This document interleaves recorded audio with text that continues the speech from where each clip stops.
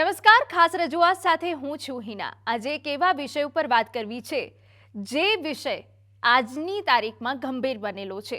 નાની આયુ હોય કે પછી મોટી આયુ હોય, આ જે સમસ્યા છે તે દરેકમાં જોવા મળતી હોય છે ને, એ છે વાઈની સમસ્યા। બસ આની સારવાર શું છે, આના લક્ષણો શું છે અને તમારે કેવી રીતે સાવધાન રહેવાનું છે, બસ આ જ એપિસોડમાં ચર્ચા કરીશું। અને મારી સાથે હાલ ડૉક્ટર ઉપસ્થિત છે, ડૉક્ટર મિહિર પારેખ મારી સાથે ઉપસ્થિત છે, તેમનું સ્વાગત કરીએ। દર્શકો, ડૉક્ટર મિહિર પારેખ વિશે આપને જણાવી દઉં, તેઓ કન્સલ્ટન્ટ ન્યુરોલોજિસ્ટ અને વાઈ નિષ્ણાંત છે। ગુજરાતથી MBBS અને MD મેડિસિન પૂર્ણ કર્યા પછી તેમણે બેંગ્લોરની નારાયણ હૃદયાલય હોસ્પિટલમાંથી DNB ન્યુરોલોજી પૂર્ણ કરી। તેમણે Krishna institute medical science Hyderabad ખાતે એપિલેપ્સીમાં પોસ્ટ ડોક્ટરલ ફેલોશિપ પણ કરી। તેઓ હાલમાં શાઇન એપિલેપ્સી ન્યુરો સેન્ટર અને BAPS હોસ્પિટલમાં વડોદરા ગુજરાત ખાતે પ્રેક્ટિસ કરે છે। તેઓ SSG સરકારી હોસ્પિટલ વડોદરા ખાતે અઠવાડિયામાં એક વખત એપિલેપ્સી ક્લિનિક પણ ચલાવે છે। તેમણે છેલ્લા 3 વર્ષમાં 3500થી વધુ એપિલેપ્સીના દર્દીઓની સફળતાપૂર્વક સારવાર કરી છે અને તેમની ટીમે 25 એપિલેપ્સી સર્જરી સફળતાપૂર્વક પૂર્ણ કરી છે। તેમના રસનો વિષય એપિલેપ્સી, ડ્રગ રેઝિસ્ટન્ટ EEG અને વિડિયો EEG છે। ડૉક્ટર, મારો પહેલો સવાલ એ હોય, એપિલેપ્સી એટલે શું? ઇપિલેપ્સી એટલે દર્દીને 2 થી વધારે અથવા વારંવાર ખેંચ આવી, ખેંચ, આંચકી, તાણ, વાયુ, હિન્દી में मिर्गी, इंग्लिश में सीजर, આ બધા સેમ જ શબ્દ છે। ખેંચ છે ને જનરલી મગજમાં ઇલેક્ટ્રિક સર્કિટ ડિસ્ટર્બ થવાથી આવે છે। મગજમાં વીજળીના તરંગો ઉત્પન્ન થવાના કારણે ખેંચ આવે છે। 100માંથી 1 વ્યક્તિને ખેંચની તકલીફ હોય છે। એટલે આપણે ભારતની વસ્તી જોઈએ તો 130 કરોડથી વધારે છે, તો ભારતમાં 1.3 કરોડથી વધારે ઇપિલેપ્સીના દર્દીઓ છે। ડૉક્ટર, હવે સવાલ એ પણ થાય કે એપિલેપ્સીના પ્રકાર કયા છે અને લક્ષણો શું છે? ઇપિલેપ્સીના મેઇનલી 2 પ્રકાર હોય છે, જનરલાઇઝ ઇપિલેપ્સી અને ફોકલ ઇપિલેપ્સી। એને વધારે વિસ્તારમાં જોઈએ તો દરેક એજમાં અલગ અલગ પ્રકારની ઇપિલેપ્સી કોમનલી જોવા મળે છે।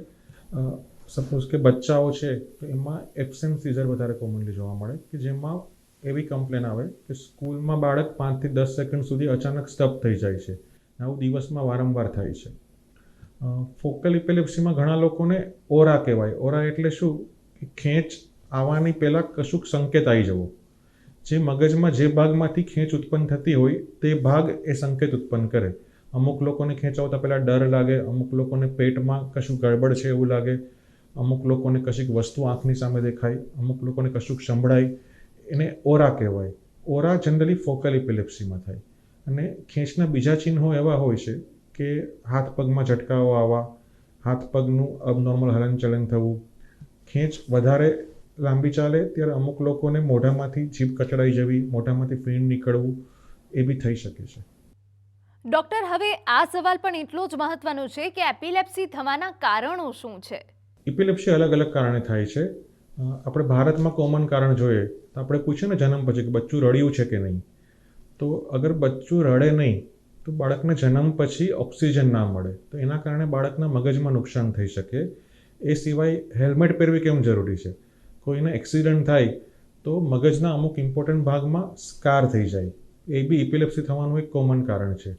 આ સિવાય મોટી ઉંમરમાં મગજના ટ્યુમર, મગજમાં લોહી ઓછું પહોંચવું એટલે કે બ્રેન સ્ટ્રોક, અમુક રાસાયણિક તત્વો જેમ કે સોડિયમ છે, કેલ્શિયમ છે, એની વધઘટ થવી, આલ્કોહોલનું વધારે પડતું સેવન કરવું, આલ્કોહોલનું અનિયમિતપણું સેવન કરવું, અથવા અમુક મગજના ચેપ જેમ કે TB છે અને એક સિસ્ટ છે જેને ન્યુરોસિસ્ટિક સર્કોસિસ કહેવાય, જે ઇન્ડિયાના નોર્થ પાર્ટમાં વધારે કોમન છે અને 10થી 12% લોકોને જેનેટિક। સો આ અલગ અલગ કારણો છે ખેંચ આવવાના। ડૉક્ટર, હવે અમારા દર્શકોને એ પણ જણાવી દો, એપિલેપ્સીનું નિદાન કેવી રીતે કરવું? સો ઇપિલેપ્સીના નિદાન માટે સૌથી ઇમ્પોર્ટન્ટ થિંગ છે પેશન્ટની હિસ્ટ્રી। ઇપિલેપ્સીના પેશન્ટો પોતે ઘણીવાર કહી નહીં શકે કે એમને શું થયું હતું, એ લોકોને 1 મિનિટ કે 2 મિનિટ વિશે કશું ભાન નથી હોતું। સો જેણે વિટનેસ કરેલી હોય ઇવેન્ટ, એ વ્યક્તિ પાસેથી ખેંચનું આખી માહિતી લેવી એ સૌથી ઇમ્પોર્ટન્ટ પાર્ટ છે। એ માહિતી લીધા પછી 2 મેઇન ઇમ્પોર્ટન્ટ ઇન્વેસ્ટિગેશન છે જે આ નિદાનને સપોર્ટ કરશે। એક આવે EEG એટલે ઇલેક્ટ્રોએન્સેફેલોગ્રામ। જે રીતે હાર્ટનો કાર્ડિયોગ્રામ કરીએ એ રીતે સિમિલરલી બ્રેઇનનો EEG કરે, જેમાં બ્રેઇનની ઉપર 21 ઇલેક્ટ્રોડ લગાડવામાં આવે અને એ બ્રેઇનની ઇલેક્ટ્રિકલ એક્ટિવિટી દર્શાવે. એ બ્રેઇનના કયા ભાગમાંથી ને કેટલો ઇલેક્ટ્રિકલ એક્ટિવિટી છે એ દર્શાવી શકે. અને એના પછી આવે મગજનો સ્કેન, જે MRI અથવા CT સ્કેન આવે. એ મગજમાં કોઈ સ્કાર છે, મગજમાં કોઈ લોહી ઓછું પહોંચ્યું છે, મગજમાં ગાંઠ છે કે મગજમાં બીજો કોઈ ડેવલપમેન્ટલ અબનોર્માલિટી છે. તો હિસ્ટ્રી જેણે દર્દીની ખેંચ જોઈ હોય એ રિલેટિવ્સ પાસેથી EEG અને MRI આ ત્રણેય કમ્બાઇન થઈને ઇપિલેપ્સીનું સચોટ નિદાન થઈ શકે અને એના પરથી કઈ દવા આપવી, કેટલો લાંબો સમય આપવી, ભવિષ્યમાં ક્યારે દવા બંધ કરવી એ ડિસિઝન લઈ શકાય. ડૉક્ટર, આપણા સમાજમાં એપિલેપ્સી સાથે સંકળાયેલી ખોટી માન્યતાઓ શું છે, જે લોકો માટે નકારાત્મક વિચાર અને ભેદભાવ તરફ દોરી જાય છે? તો ઇપિલેપ્સીના દર્દીઓ નોર્મલ દર્દીઓ જ છે. એ કોઈ ભૂત પ્રેતના લીધે થતો રોગ નથી, એ કોઈ અસાધ્ય રોગ નથી. સમાજે અને એમના સગાએ, ઇવન સ્કૂલમાં એમના કલીગે એ દર્દીઓને નોર્મલ દર્દી તરીકે જ ટ્રીટ કરવા જોઈએ. ડૉક્ટર, આ સવાલ સૌથી મહત્વપૂર્ણ છે કે શું એપિલેપ્સી ચેપી છે? No, 100%. It is not at all contagious. Epilepsy એ ચેપી નથી. ડૉક્ટર, સવાલ એ પણ થાય કે શું એપિલેપ્સી વારસાગત છે?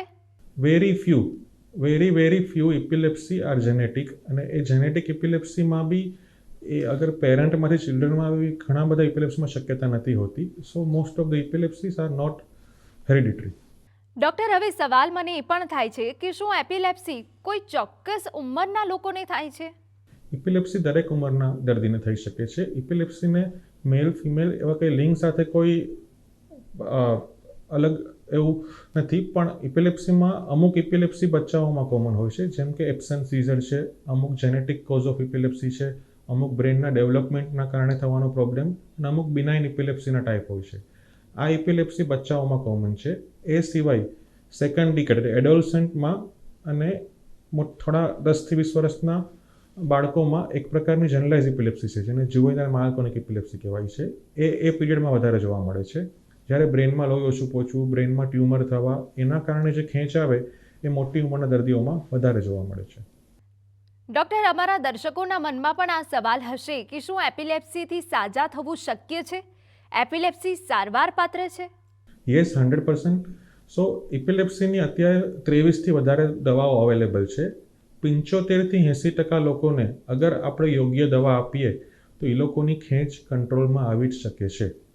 એ સિવાય જે 20થી 25% લોકો છે જેને રેઝિસ્ટન્ટ ઇપિલેપ્સી કહેવાય. રેઝિસ્ટન્ટ ઇપિલેપ્સી એટલે કે 2 યોગ્ય દવા આપ્યા પછી બી દર્દીને ક્યારેક ખેંચ ચાલુ રહી. એવા દર્દીમાં બી માટે પણ એડવાન્સ ટ્રીટમેન્ટ અવેલેબલ છે. સો એવા દર્દી માટે એક તો ઇપિલેપ્સી સર્જરી. ઇપિલેપ્સી સર્જરી એટલે શું કે દર્દીને વિડીયો EEG કરીએ કે દર્દીને ખેંચ બ્રેઇનમાં ક્યાંથી આવે છે એ આપણે શોધવાનું હોય.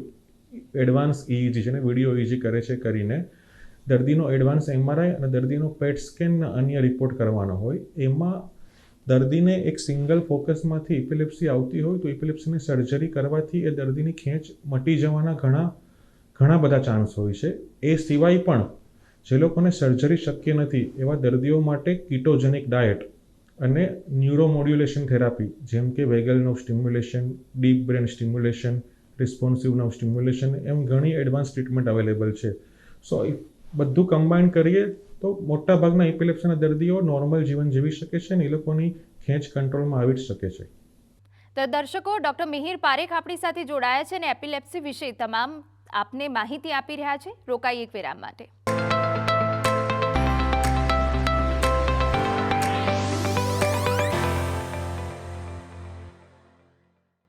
તો દર્શકો, વિરામ બાદ આપનું સ્વાગત છે. ચર્ચાને આગળ વધારીએ.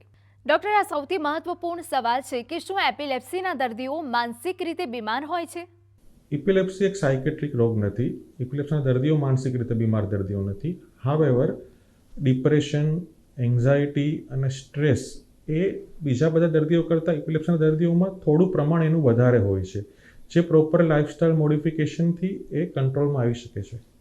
ડૉક્ટર, શું એપિલેપ્સીના દર્દીઓ નોકરી કરી શકે કે લગ્ન કરી શકે? સો ધ આન્સર ઇઝ યસ. ઇપિલેપ્સીના દર્દીઓ જોબ કરી શકે છે, છતાં એમણે આટલું ધ્યાન રાખવું જોઈએ બહુ હાઇટવાળી પ્લેસ પર અથવા બહુ શાર્પ અને બહુ ક્રિટિકલ ઇન્સ્ટ્રુમેન્ટની નજીકમાં જોબ કરવામાં ધ્યાન રાખવાનું હોય છે અને એ જે જગ્યાએ જોબ કરતા હોય ત્યાં બી એમને ડિસ્ક્લોઝ કરવું જોઈએ, જેથી રેરલી કદાચ ખેંચ આવી ગઈ તો એમનું ધ્યાન રાખી શકાય. અને જે લોકો એમને જોબ આપતા હોય છે એ લોકો માટે બી હું કહેવા માગું છું કે એમને કોઈ બી જોબ ના પાડવી જોઈએ, એમને યોગ્ય જોબ આપવી જોઈએ કે એ લોકો બી જિંદગીમાં આગળ વધી શકે નોર્મલ બીજા લોકોની જેમ. અને સેકન્ડ ક્વેશ્ચન, ઇપિલેપ્સીના દર્દીઓ મેરેજ ડેફિનેટલી કરી શકે છે. ઇપિલેપ્સીના દર્દીઓને એ જ ક્વેશ્ચન હોય છે કે અમારા છોકરાઓને આ ઇપિલેપ્સી આવશે કે નહીં. મોટા ભાગની ઇપિલેપ્સી એમના છોકરાઓમાં નહીં જ આવે, સો તે કેન મેરી. અને એ વસ્તુ ધ્યાન રાખવાની છે. ઇપિલેપ્સીની 23 જેટલી દવાઓ અવેલેબલ છે. આમાંથી અમુક જ દવાઓ છે કે જે પ્રેગ્નન્સીમાં સેફ છે. સો ઇપિલેપ્સીના દર્દીઓએ મેરેજ કરતાં પહેલાં એમના ન્યુરોલોજિસ્ટને 3 મહિના પહેલાં કન્સલ્ટ કરવું જોઈએ. સો એમની યોગ્ય દવાઓ ચેન્જ કરવામાં આવે, જેથી અગર એમને પ્રેગ્નન્સી રહી તો બાળકોને દવાઓના કારણે કોઈ પ્રોબ્લેમ ના આવે. ડૉક્ટર, આ સવાલ પણ એટલો ગંભીર છે કે શું એપિલેપ્સી દર્દીઓ સમાજમાં રહેવા યોગ્ય નથી? ઇપિલેપ્સીના દર્દીઓ નોર્મલ દર્દીઓ જ છે. એ લોકોને સમાજમાં નોર્મલ રીતે જ રહી શકે છે ને સમાજે બી એમને નોર્મલ દર્દીઓ તરીકે જ અપનાવવા જોઈએ. ઇપિલેપ્સી સપોર્ટ ગ્રુપ હોય છે, સો એમની બી હેલ્પ લઈ શકાય છે. ડૉક્ટર, શું તમને લાગે છે કે એપિલેપ્સીથી પીડિત વ્યક્તિમાં કોઈ દુષ્ટ આત્મા હોય છે? નો, આનો આન્સર છે 100% નો. ઇપિલેપ્સી પીડિત દર્દીઓના શરીરમાં કોઈ બી આત્મા નથી હોતી. એ ખાલી ઇલેક્ટ્રિકલ સર્કિટ ડિસ્ટર્બ થવાના કારણે થાય છે. ડૉક્ટર, શું ચામડાની વસ્તુઓ સૂંઘવાથી, દાંતની નીચે કોઈક વસ્તુ મૂકવાથી અથવા દોરડા વડે સંયમ રાખવાથી આંચકીના હુમલા અટકાવી શકાય છે? સો હજી બી કોઈ વિલેજમાંથી પેશન્ટ કે ઇવન સિટીમાંથી પેશન્ટ આવે તો ઘણા લોકો એવું કહે છે કે ડુંગળી મૂકી, જૂતા સૂંઘાડ્યા પછી ખેંચ બંધ થઈ ગઈ. તો એ બહુ રોંગ માન્યતા છે. મોટા ભાગના લોકોની ખેંચ ઓટોમેટિકલી જ 1.5 મિનિટની આસપાસ બંધ થઈ જાય છે.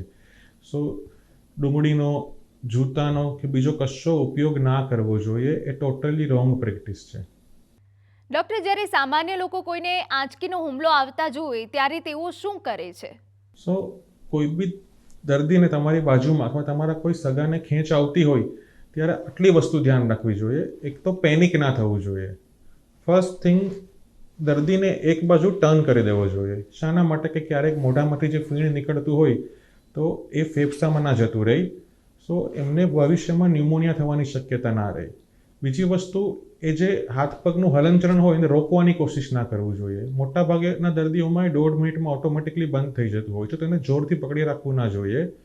ત્રીજી વસ્તુ, દર્દીની આસપાસ કોઈ ટેબલની ધાર છે કે કોઈ એમને નુકસાન કરે એવા કોઈ ઇન્સ્ટ્રુમેન્ટ છે તો દર્દીને એનાથી બચાવવું જોઈએ. દર્દીના નેકની નીચે કુશન કે કશું મૂકીને સપોર્ટ આપવો જોઈએ. દર્દીના મોઢામાં ડુંગળી, જૂતા કશાનો ઉપયોગ ના કરવો જોઈએ. દર્દીના મોઢામાં ચમચી બી ના નાખવી જોઈએ. દર્દી જ્યાં સુધી ભાનમાં ના આવે ત્યાં સુધી પાણી પણ ના આપવું જોઈએ. બિકોઝ દર્દીને ખેંચ આવે ત્યારે દર્દી ભાનમાં નથી હોતું. અગર તમે પાણી આપો તો એમને ફેફસામાં જતું રહેશે કે અન્ય નળીમાં જતું રહેશે, દર્દીને ખબર નહીં પડે, તો બીજી તકલીફ ઊભી થશે. અને જ્યાં સુધી દર્દી ફૂલ્લી કોન્શિયસ એટલે પૂરેપૂરા ભાનમાં ના આવે ત્યાં સુધી તમારે દર્દી સાથે રહેવું જોઈએ. બહુ જ રેર સર્કમસ્ટન્સીસ એવા હોય છે કે જેમાં દર્દીને 1.5-2 મિનિટથી બી લાંબી ખેંચ ચાલે અથવા એક ખેંચ પત્યા પછી બીજી ખેંચ આવે, તો એવા સંજોગોમાં અમુક સ્પ્રે હોય છે, મિડાઝોલામ સ્પ્રે, એનો તમે ઉપયોગ કરી શકો છો અથવા દર્દીને નજીકની હોસ્પિટલમાં લઈ જઈ શકો છો. ડૉક્ટર, આ સવાલ મહત્વપૂર્ણ છે કે એપિલેપ્સી ધરાવતી વ્યક્તિ શું કરવું અને શું ન કરવું જોઈએ? ઇપિલેપ્સી ધરાવતી દર્દીઓએ ડ્રાઇવિંગમાં રિસ્ટ્રિક્શન હોય છે. અગર આપણે ભારતની ઇન્ડિયન ગાઈડલાઇન જોઈએ, ડ્રાઇવિંગ એસોસિએશન, સો ખેંચના દર્દીઓને ડ્રાઇવિંગ માટે ના પાડવામાં આવી છે. હાવેવર, અગર આપણે વેસ્ટર્ન કન્ટ્રીઝ, યુએસએ અને કેનેડાની ગાઈડલાઇન જોઈએ તો 6 મહિના સુધી દર્દીને ખેંચ ના આવે તો દર્દીને વ્હીકલ ચલાવવાની છૂટ હોય છે. બીજું સ્વિમિંગ, તો સ્વિમિંગનું રિસ્ટ્રિક્શન હોય છે ખેંચના દર્દીઓને. આ સિવાય શું કરવું જોઈએ? તો એક તો દવાઓ નિયમિત રહેવી જોઈએ.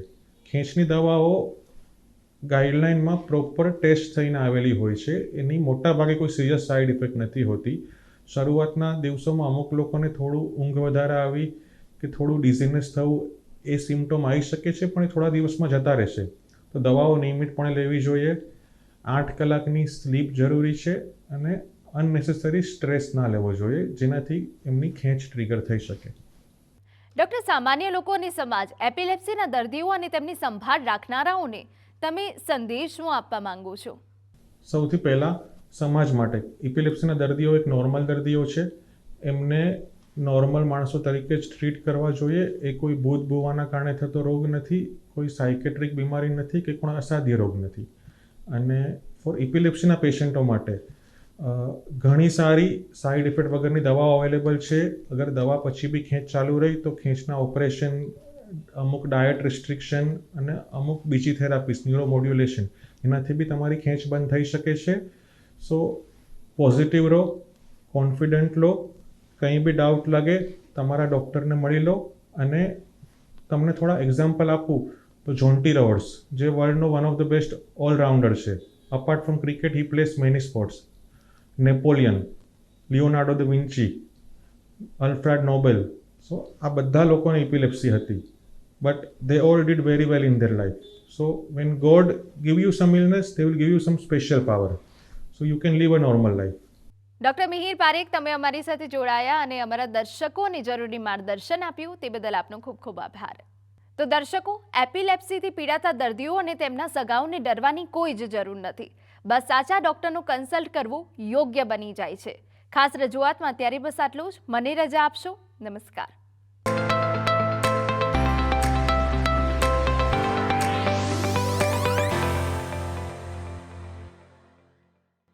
તો દર્શકો, વિરામ બાદ આપનું સ્વાગત છે. ચર્ચાને આગળ વધારીએ. ડૉક્ટર, આ સૌથી મહત્વપૂર્ણ સવાલ છે કે શું એપિલેપ્સીના દર્દીઓ